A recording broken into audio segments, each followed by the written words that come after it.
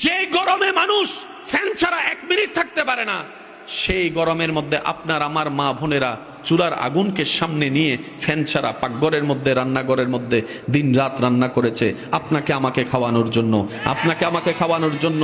প্রশংসা তো জীবনে করেই নাই, বদনাম করতে দোষ ধরতে ছাড় দিই নাই। অনেক মা বোনরা দেখবেন সারা দিন শ্বশুর বাড়িতে কাজ করার পর নাম পায় না, কিন্তু তরকারিতে যদি একদিন লবণ কম হয়, শুনি নাই আরো জোরে, আর যদি ভুল করে তরকারিতে চুল পাওয়া যায়, 17 বছর ধরে রান্না করে খাওয়াইছে, যে গরমে মানুষ ফ্যান ছাড়া 1 মিনিট থাকতে পারে না, সেই গরমের মধ্যে আপনার আমার মা বোনেরা চুলার আগুনকে সামনে নিয়ে ফ্যান ছাড়া পাকঘরের মধ্যে রান্নাঘরের মধ্যে দিন রাত রান্না করেছে আপনাকে আমাকে খাওয়ানোর জন্য, আপনাকে আমাকে খাওয়ানোর জন্য। প্রশংসা তো জীবনে করেই নাই, বদনাম করতে দোষ ধরতে ছাড় দিই নাই। নিজের টাকা দিয়ে যখন রেস্টুরেন্টে খেতে যাই, খাবারও খাই, টিপসও দেন, আবার বাইরে এসে স্ট্যাটাস মারেন। কয়জন আছেন ফেসবুকে স্ট্যাটাস দিয়েছেন, মা আপনাকে ধন্যবাদ আজীবন রান্না করে খাওয়াইছেন। কয়জন স্বামী আছেন স্ট্যাটাস দিয়েছেন, বউ তোমাকে ধন্যবাদ নিজের কষ্ট সহ্য করে তুমি আপনাকে রান্না করে খাওয়াইছো। কয়জন আছে? একজন নাই।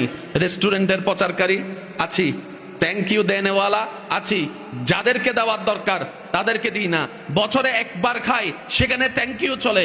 বছরে 365 দিন খাই 2 বেলা, সেখানে কোনো থ্যাংক ইউ নাই। এইকে আর কি খুশি করতে চাবেন? এইদেরকে আর কি খুশি রাখতে চাইবেন?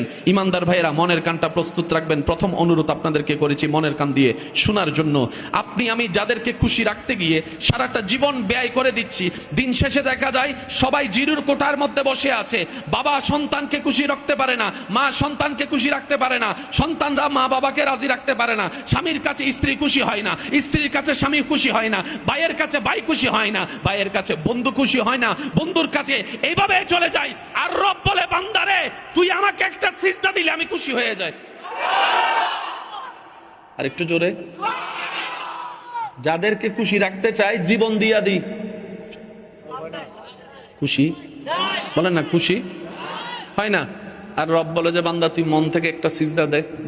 রব বলে বান্দা একটা সিজদা দে।